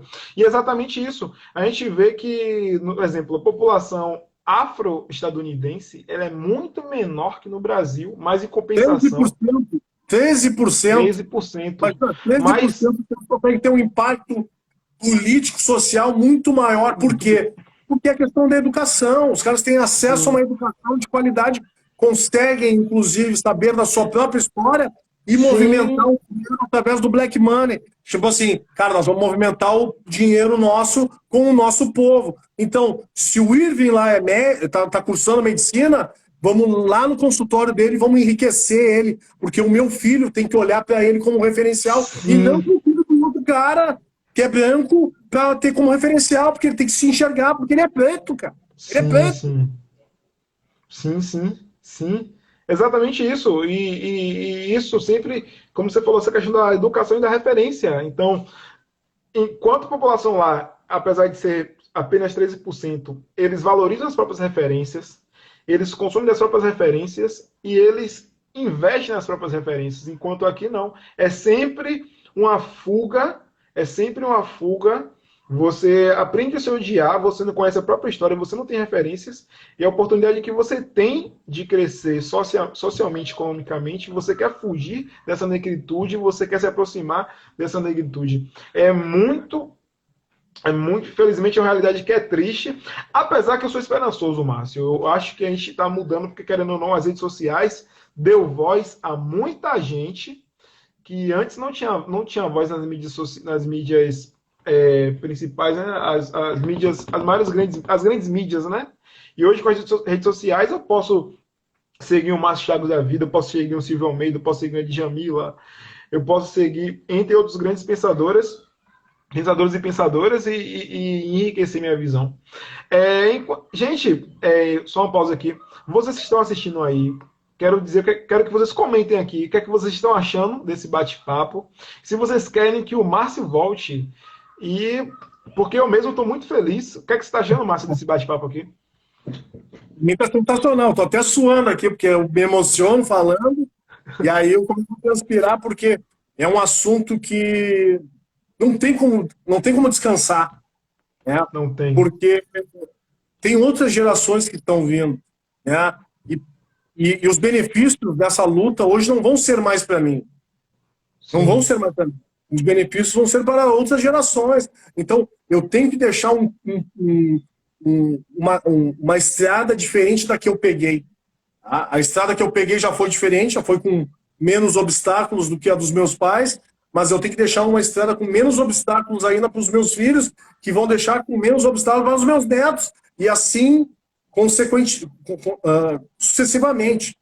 Né? Então, tipo assim, é uma luta constante somente de ir limpando essa estrada, limpando o caminho, para ver se um dia esse caminho realmente ele esteja limpo o suficiente para que todas as pessoas consigam andar, né, da maneira como a gente almeja que anda. Eu consegui andar da maneira que eu pude, com os obstáculos que apareceram, tu tá andando com os obstáculos que estão aparecendo o tempo inteiro, mas a gente quer um dia, né, que essa situação ela seja um pouco mais equânime, seja um pouco mais igual, porque quem vive isso sistematicamente sabe que é uma luta, é tipo assim, é secar o gelo com a toalha. Sim, É secar o gelo com a toalha o tempo inteiro. Né? Se a gente tem alguma conquista aqui, logo em seguida já perde alguma coisa mais adiante. Né? Ou aparece alguém que é contra aquilo que a gente está lutando. Né? Ou o próprio sistema pinça alguém que adota um discurso contrário. E aí, a partir daquele discurso contrário, ele serve como referencial. Ó, viu? Se esse cara aqui está dizendo, aquela luta daqueles outros lá não serve para nada. Então, é nesse sentido que a gente tem que debater, tem que fuçar, tem que ser, de certa forma, incansável nessa luta, porque não tem outra maneira. Não tem outra maneira. Sim. Não tem. Não tem. Márcio. Realmente. E nem só isso, né, velho? Hoje mesmo eu tava conversando com minha prima, a Milena. A Milena está aqui, ó. Milena, beijo pra você. E exatamente isso. Quando a gente olha pro nosso passado, seja o nosso passado pessoal e o nosso passado histórico, a gente percebe que, à medida que a gente vai compreendendo referência, a gente vai lendo livros e tendo mais embasamento, mais conteúdo, a gente consegue compreender melhor a nossa história, porque certos padrões eles acontecem, porque eles se repetem. Hoje mesmo eu estava conversando com a Milena, por exemplo, sobre o machismo. E tipo assim tanto o machismo quanto o racismo, e entre outras formas de ismo, né, aqui no Brasil, são normalizados porque a gente não tem essa visão crítica. E querendo ou não, o debate ele se faz bem necessário e, querendo ou não, a gente tem que quebrar com isso. Eu acho que mais importante é a gente ser como eu posso dizer assim, os proprietários das plataformas de transmissão, porque querendo ou não, muitas vezes a gente vai como convidado e, como você disse, é sempre seletividade, às vezes escolhe, para não dizer que não tem, coloca um ali, mas aquele que às vezes não tem muito a agregar, ou então quando coloca em posição de ridicularização, então se faz muito necessário.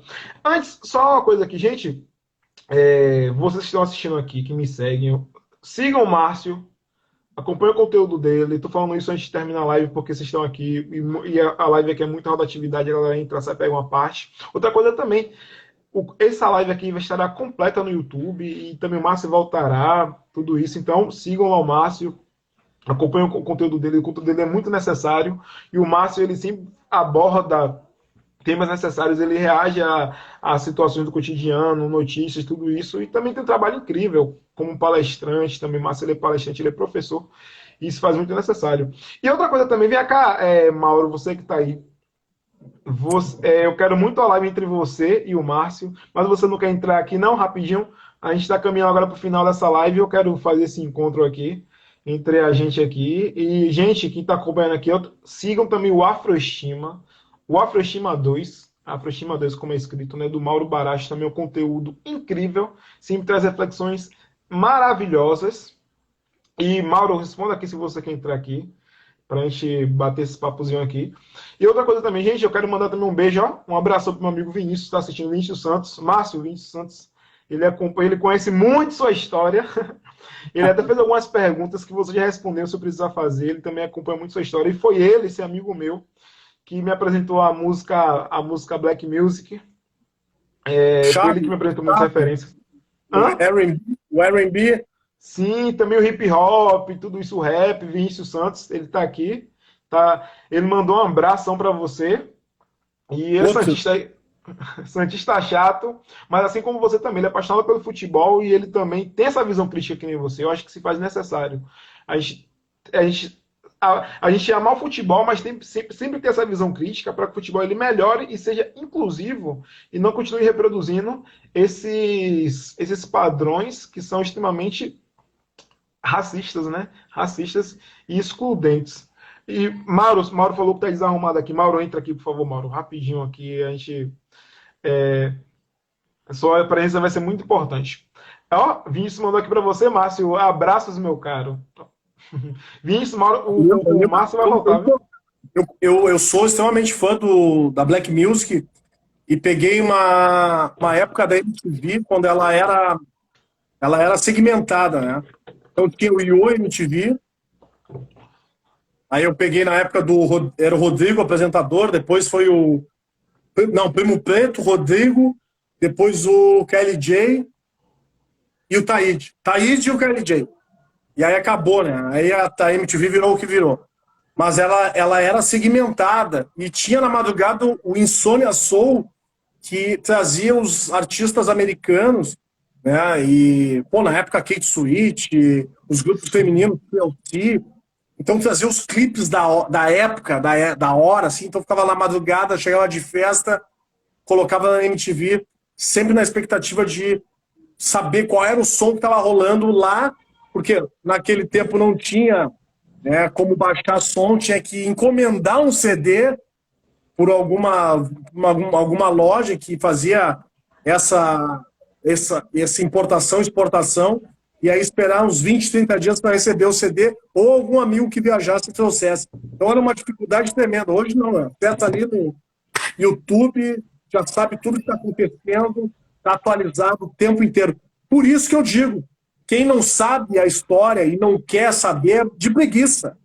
É de preguiça. Porque a informação está disponível, mas tem que querer saber, tem que querer buscar, querer ter uma visão diferente daquilo que foi passado para nós no período de colégio, que foi uma pura mentira. Que os negros que os índios não tinham almas e os negros eram fortes o suficiente para o serviço braçal. Bom, não vou fazer o gesto, mas vamos pensar, sabe? O que fizeram com esses dois povos, os povos originários, que são os reais donos desse país, e com o povo africano, foi de uma atrocidade tremenda. Então a reparação nada mais é do que justa. Sim. Nada mais é do que justa. E agregando a sua fala agora, que realmente, mais uma vez, se faz precisa, enquanto a branquitude ela tem preguiça e a gente querendo, a gente tem que, por nós mesmos, a gente trazer esse conteúdo, essa informação para quem realmente precisa e para quem realmente quer, também é muito importante também se reconhecer, né? Por exemplo, mesmo, eu tenho uma pele um pouco mais clara, então a minha vida toda eu vi esse discurso, você não é negro, você não é negro, tudo isso, e muita gente acaba também caindo nesse discurso, não, eu não sou negro, então eu vou sempre buscar alisar o cabelo, vou sempre buscar fazer cirurgia plástica para afinar, porque não quer se reconhecer. Então é muito importante também ter essa questão do auto-reconhecimento, porque querendo ou não, uma população que é chamada de parda, né, porque parda para mim é cor de papel, às vezes não se reconhece, fica nesse vale, nessa tentativa frustrada de se reconhecer como branco ou se aproximar de uma branquitude e acaba ignorando a própria história. E Márcio, agora uma pergunta aqui. Tinha muitas perguntas que fizeram, muitas perguntas boas aqui, mas o conteúdo foi hoje maravilhoso. A gente vai ter que marcar outra live aí. Vamos fazer um prazer enorme aqui. Tem muitas perguntas boas. Mas tem uma pergunta que eu queria... Duas perguntas, na verdade, né? Para a gente finalizar aqui com chave de ouro. A primeira pergunta. Falando agora sobre sua carreira como árbitro. Qual foi o jogador e o time que você, dentro de campo, você viu jogando assim, que você viu, nossa, que qualidade enorme esse time? Porque, querendo ou não, nós, né? Claro, tem todo o lado negativo você como do árbitro, né? De toda a pressão, não reconhecimento, tudo isso. E no seu caso ainda tem esse lado negativo bem grande, que foi toda a injúria racial, as ofensas raciais que você sofreu ao longo de sua carreira. Mas também tem um lado que a gente fala, né? Que o árbitro, ele às vezes está numa posição privilegiada, porque às vezes, como o jogo ele é fluido, ele pode apreciar dentro de campo um jogador ou um time ali jogando em alta qualidade. Qual foi o time e o jogador que você, ao longo da sua carreira, que você dentro de campo viu que tinha um futebol assim encantador, assim, que tinha um futebol vistoso? Eu tive a sorte de apitar jogos de vários jogadores assim importantes, né, e renomados mundialmente. Então, eleger um só é difícil. Mas Ronaldo Nazário, no meu primeiro jogo profissional, no Barradão, Vitória e Corinthians em 2009, para mim, jogador assim, já estava acima do peso, mas qualidade técnica absurda.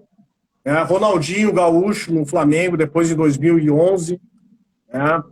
Sidorf no Botafogo, também um cara acima da média. Poderia assim, fazer uma lista tremenda, sabe, de vários jogadores aí que eu tive a oportunidade. Rivaldo, já fim de carreira no São Paulo, em 2011. Um time do Fluminense que eu apitei também em 2010, com Deco, Belete, Sheik, baita de um time. Então, pô, assim, difícil escolher um só, mas já como base, esses aí são caras que eu, quando começava a apitar, eu ficava até me questionando, assim, pô, eu tô aqui dentro mesmo, e tava. Rapaz, incrível. Só em você falar, meus olhos brilham, porque é mágico isso, é mágico. Tipo, esse privilégio de ver esses craques, né, de perto, e nós que somos amantes do futebol, né? E você trabalhou, né? Trabalha profissionalmente com futebol ainda, isso é incrível. Foi o Roberto Carlos, no Corinthians, também. Então, em 2010, assim, a penúltima rodada, quando eu apitei um jogo do Corinthians e Vasco, ele estava jogando pelo Corinthians. Pô, tu olhar esses caras assim, é um privilégio. É um privilégio. Esse foi um privilégio que o futebol me proporcionou. Né? Poder dividir o espaço de trabalho deles, trabalhando e tomando decisões durante esses 90 minutos, com mais algum tempo de acréscimo. Para mim foi uma honra, assim, poder dividir esse campo de jogo com esses jogadores. Sim, sim. Incrível. E essa pergunta quem fez foi o Vinícius Santos, o meu amigo que está assistindo, que também é uma referência para mim. E a pergunta aqui para fechar com chave de ouro. Mauro, você não entrou aqui na live, tá me devendo, viu? E um beijo para Rebeca Regina, minha prima. Rebeca, beijão para você, sigam o Rebiju. Márcio, quais são os seus projetos aí para o futuro? Porque, tipo, eu gosto muito de ouvir você falar das suas palestras, eu já assisti às suas entrevistas antes de conversar aqui com você. Eu tinha assistido algumas, mas reassisti novamente. E eu, particularmente, como seu seguidor, e tenho você como referência, gostaria de ver você entrevistando algumas pessoas. Mauro, entra aí, então. Mauro vai entrar aí, ó. Entrevistando algumas pessoas. Você tem esse projeto de fazer lives no seu Instagram, tudo isso. Você já comenta, já comentarista, tem algum programa. E quem são as pessoas que você chamaria para bater esse papo aí? Esse papo agregador, né? Que é descontraído, fala da carreira, fala da história e também traz referências e muito conteúdo de qualidade. Quais são os seus projetos aí? Então, eu tenho essa ideia, eu gosto de fazer lives, eu estava até parado nos últimos tempos, né, porque com a pandemia a live foi algo necessário para a gente se conectar e conhecer muitas pessoas, né? Fala, Mauro! Ei, Márcio, saudade, cara. O Mauro foi pentear a barba, foi por isso. Também, né? Também, tava tudo desarrumado. Só tô passando um pente ali. O Mauro disse que estava bagunçado, sendo que. Como é que um homem bonito desse tá bagunçado? Me diga aí. Dois homens bonitos, né? Eu esqueci de elogiar aqui o Márcio. Diga aí, Mauro, que homem bonito, né, velho? Que rapaz! E a galera porra! E a galera fica babando o ovo do Rodrigo Hilbert, né, velho? Quem é Rodrigo Hilbert perto de Márcio? Gente, quem entrou aqui foi o Mauro Baracho, ele que tem a página de conteúdo incrível também, referência, traz muito conteúdo, muitas reflexões interessantes no Afroshima. Então sigam aqui, vocês que estão assistindo, sigam aqui o Mauro Baracho. E vocês também que estão aqui, que seguem o Mauro Baracho também, sigam também o Márcio Chagas. E eu tô fazendo esse crossover aqui, tô feliz, nem tô acreditando. Ai... Mas os projetos são esses, dar continuidade, né, nessa temática que ela todos os dias cai no nosso colo, né? Sim. Então não tem como a gente não abordar esse assunto. Tem outros planos também na questão política. O ano retrasado eu concorri a prefeito aqui em Porto Alegre pelo PSOL.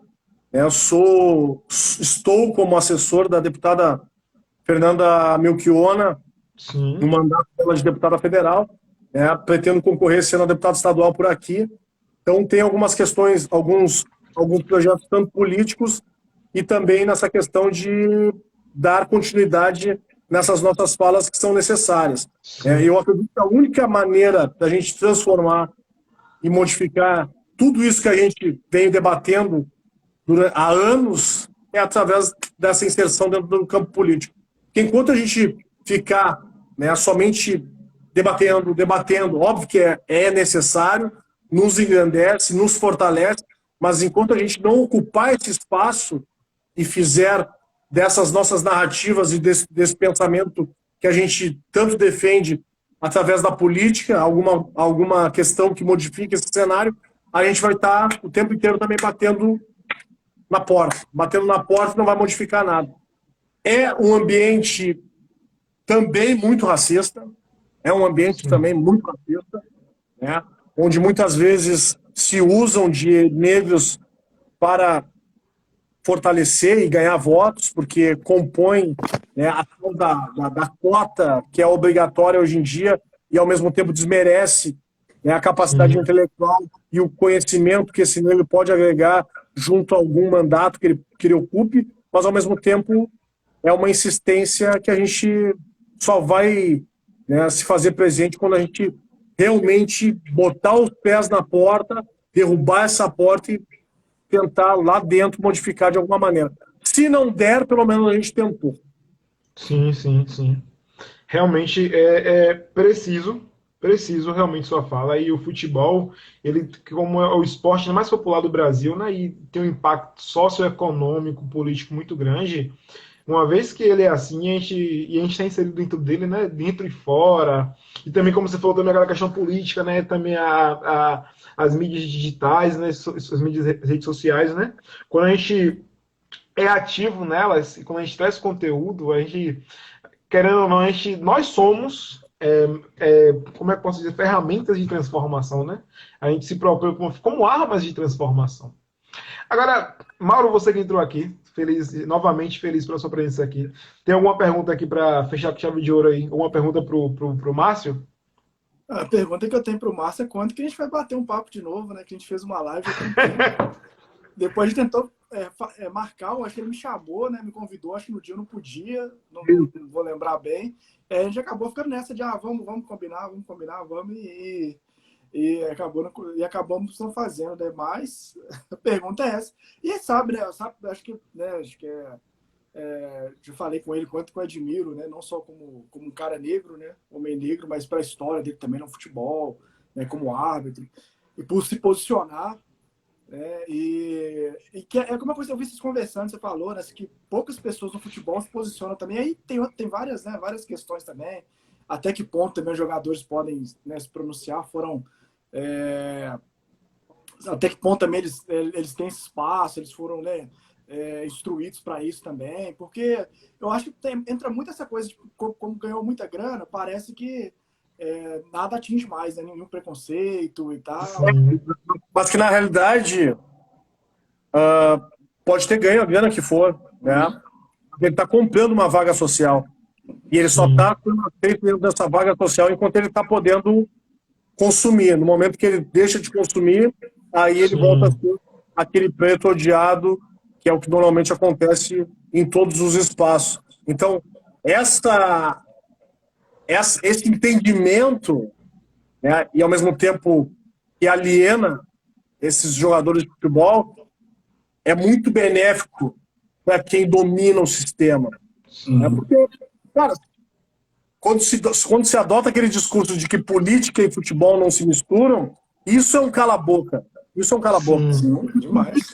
O que mais se mistura, porque quando é ano eleitoral dentro de clube, o que mais se vê são movimentos políticos das chapas que querem concorrer para ocupar a presidência. Só que normalmente se adota esse discurso de que política e futebol não se misturam, porque se um jogador pegar um microfone, ele é um canhão de comunicação muito maior do que qualquer dirigente que não tenha a representatividade que um jogador tenha. Sim. Então é muito mais fácil. Fica na tua, já está no combo do teu salário esse silenciamento, não Sim. manifesta e tá tudo certo, no final do mês está na tua conta e tu não te posiciona em questões sociais, raciais e outras tantas que daqui a pouco podem causar uma certa queimação de filme. E aí os caras simplesmente, por não ter também uma escolarização adequada e até um fortalecimento familiar que incentivem a essa manifestação, se calam, e aí quando saem do esporte, muitos, podia ter me manifestado em tal momento, não fiz. Pois é, perderam a chance estando dentro do sistema. Não critico, né, porque eu sei que o sistema é muito cruel com relação a isso. Aí, por trás de cada jogador, há, no mínimo, 30, 40 pessoas dependendo desse cara. Eu lembro também, Márcio, só para complementar o caso do Michel Bastos, não sei se você vai lembrar, que ele foi confundido com entregador de rap, né? E assim, o cara, né, ganhou dinheiro, jogou aí, né? Acho que chegou a jogar na seleção brasileira e tudo. Foi Da Copa de 2010. Da Copa de 2010 ele estava na seleção. É porque o negro não pode embranquecer, né? Por mais que ganhe todo o dinheiro do mundo. Eu lembro o caso também do Samuel L. Jackson, acho que mais um jogador de basquete, não vou lembrar quem, que foram confundidos com imigrantes na Itália. Teve essa, sabe? Então, tipo assim, e eu acho isso muito pertinente, essa coisa de futebol, né? Dessa crítica a essa ideia de que futebol e política não se misturam.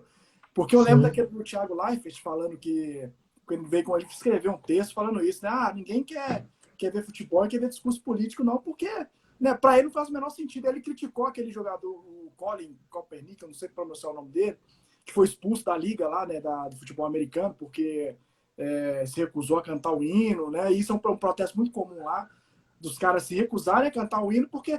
E isso, na cabeça do Thiago Leifert, é algo assim que não entra, porque não passa por isso. Né? O hino nacional, como é que você vai cantar o hino nacional de um país que te esculacha todo dia? Como é que você vai sentir um norte-americano ou um brasileiro? Sabe? Esse é um protesto muito, sabe, muito, muito foda, assim. Só que ele foi escrever aquilo lá, mas ninguém quer saber disso, porque para ele, né, isso não afeta a vida dele em nada. Viu? Mas... Ele tá mais preocupado em fazer propaganda da Claro e ganhar dinheiro, porque ele sabe que na retaguarda tem um pai e uma mãe que vão estar sempre abrindo porta para ele. Então ele não está preocupado com questão política, com o que esse jogador está promovendo ali e o quanto está sendo benéfico para a comunidade negra. Então esse tipo de elemento, né, e essa foi uma das manifestações dele. Já teve em outras oportunidades durante Big Brother também de não querer, de fazer um silenciamento, de não abordar. Não vamos falar sobre isso.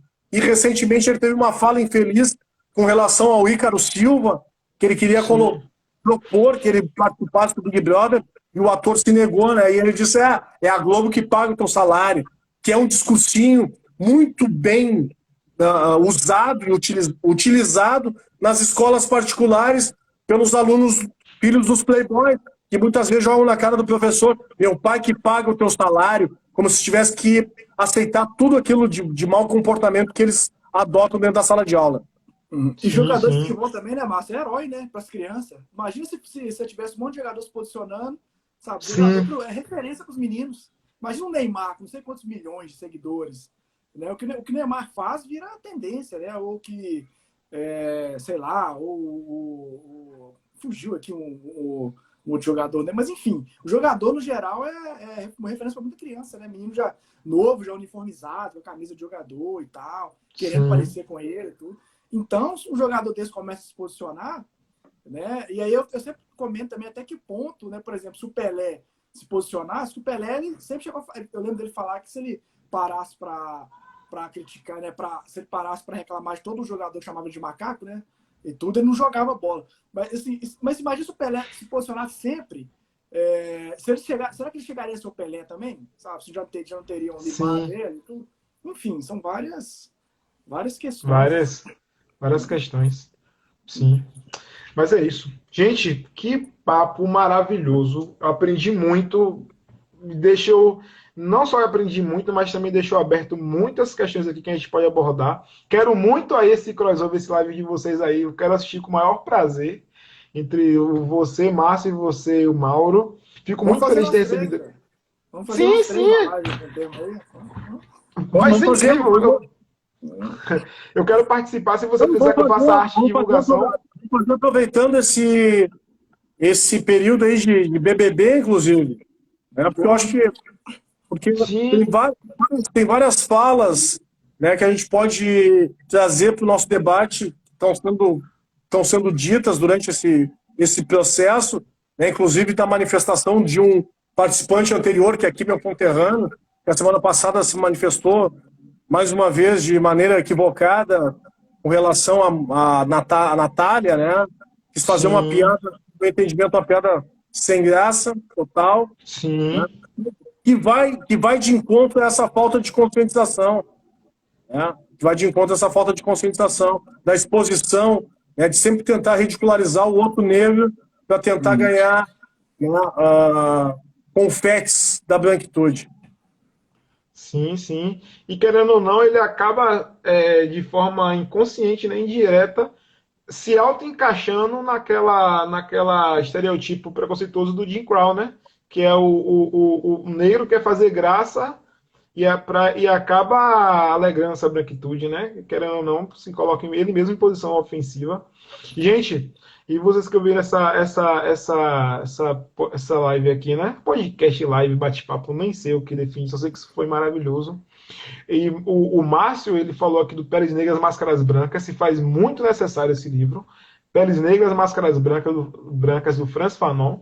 Também o livro Racismo Estrutural, do Silvio Almeida.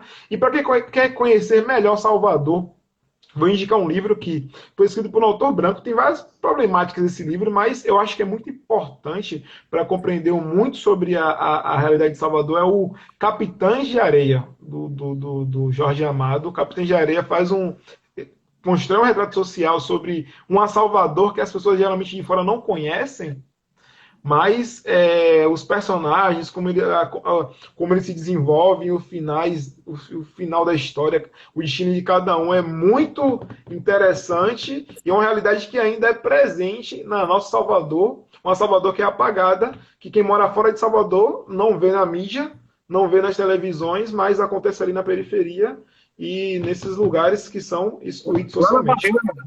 Lá na Barreira, onde tem o melhor sorvete de Salvador. A Ribeira, essa falando da Ribeira, né? Sorvete da Ribeira. Lá na Ribeira. Que Já sorvete convidei bom já lá. o Mauro. Já convidei o Mauro já para vir para minha casa aqui. Tem um quarto de visita aqui para ele vir conhecer. Vou levar ele para esses lugares tudo aqui. E você, Márcio, que já conhece Salvador, já conhece o Carnaval de Salvador, seja bem-vindo novamente aqui, viu? Valeu, obrigado. Obrigado. Valeu. Beijão para vocês. Obrigado a cada um que assistiu. Valeu. Mauro, te chamo lá no WhatsApp lá pra gente marcar. Beleza? Sim, sim. Valeu. Vou fazer essa arte aí. Valeu, obrigado. E essa live estará depois disponível no YouTube. Beijão para vocês. Ótima noite. Tchau, gente. Tchau.